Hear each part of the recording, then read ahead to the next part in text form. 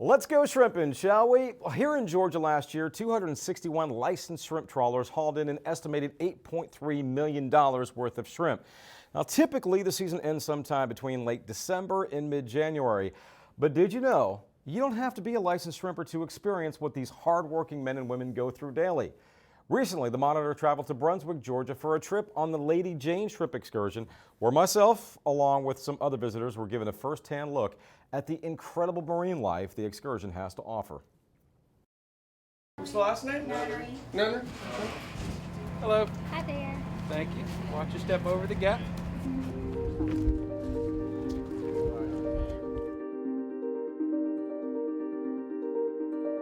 I was mighty fortunate. I always wanted a shrimp, and I got the shrimp all my life, except the time Uncle Sam had me.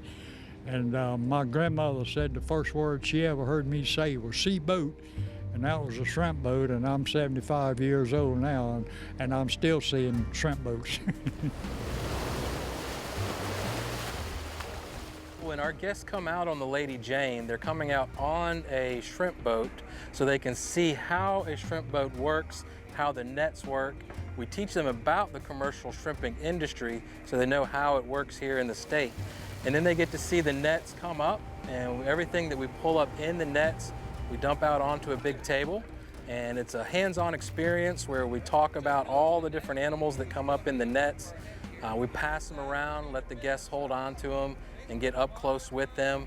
And it's not just shrimp. We pull up a wide variety of animals in the nets, from shrimp and crabs to sharks and stingrays, lots of different kinds and different species of fish. So there's always new things, pretty much every time we pull the net up, of something to look at, something to hold on to, something to talk about.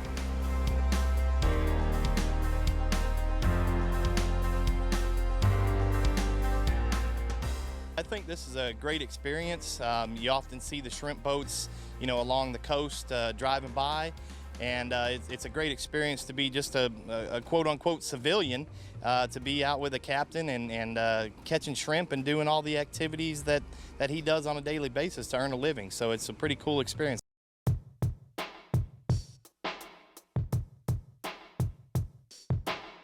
It's a rarity for them. They see things that they'll probably never see again.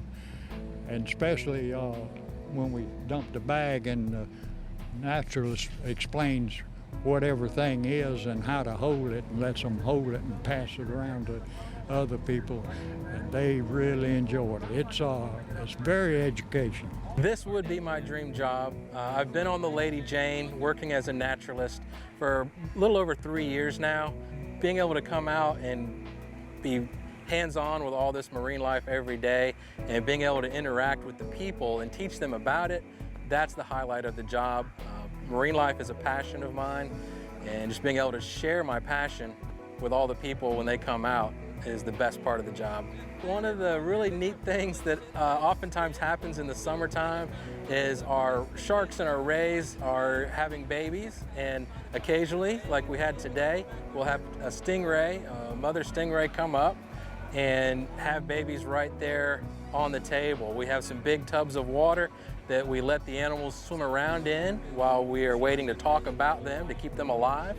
And oftentimes those mama stingrays are swimming around in there, and we'll have their babies right there in the tub.